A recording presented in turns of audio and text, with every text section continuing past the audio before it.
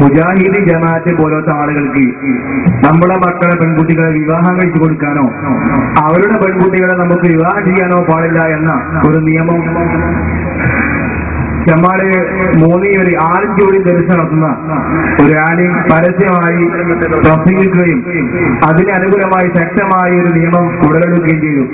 ഇതിന്റെ തീരുമാനം എന്താണെന്ന് ഉസ്താദുമാരെ വ്യക്തമാക്കിയാൽ കൊള്ളാമായിരുന്നു.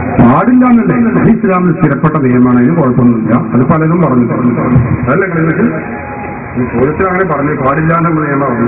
അതെ, മുജാഹിദിന്റെ പെൺകുട്ടികളെ സുന്നികളുടെ പെൺകുട്ടികളെ മുജാഹിദുകൾക്കോ വിവാഹം ചെയ്തു കൊടുക്കുന്ന ചെറിയ ഹുക്കുമുണ്ട്.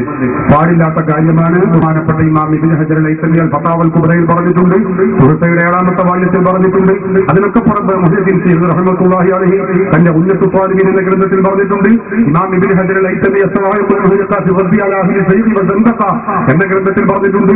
ബഹുമാനപ്പെട്ട മഹ്മൂദ് ഫത്ഹുൽ മുഈനിൽ പറഞ്ഞിട്ടുണ്ട്. എല്ലാവരും പറഞ്ഞ ഇതിനെ അനുകൂലമായി ശക്തമായ ഒരു മസല തന്നെ അനുകൂലമാണ് എന്ന മസല തന്നെ അൽഫർഖുബൈൻ ചേർക്കുന്ന കിതാബ് ഉദ്ധരിച്ച് അദ്ദേഹം വ്യക്തമാക്കിയിട്ടുണ്ട്. പാടില്ല എന്നാണ്. അപ്പൊ അതുകൊണ്ട് ആ ജാതി ഗുരുവായൂരൊന്നും പറയണ്ട. ഏത് ഉസ്മാന, ഏത് ബാക്കബിയ, തഹത്താനിക്ക് പോണ ആളേക്കാണ്. അതാ തഹത്താനി എന്ന പേരന്നെ അതാണ്. തഹത്തക്ക് അങ്ങനെ പോണ ആളാണ്. അത് കിതാബിലുള്ള നിയമമല്ല.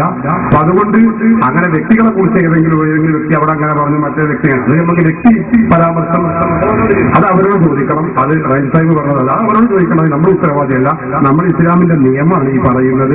അത് ആ വ്യക്തിങ്ങനെ പറഞ്ഞ വ്യക്തിയാണ്. നമ്മൾക്ക് അതിന് താല്പര്യമില്ല. വ്യക്തി പരാമർശങ്ങൾ ഏതെങ്കിലും ആളുകൾ മസലയിൽ കുഴപ്പം തെറ്റോ പറഞ്ഞിട്ടുണ്ടെങ്കിൽ അവർക്കത് ശരിയാക്കുക എന്നല്ലാതെ അവർ നമ്മൾ പൊതുവേദിയിൽ വെച്ച് അങ്ങനെ പറഞ്ഞ് പരാമർശിക്കേണ്ടതില്ല.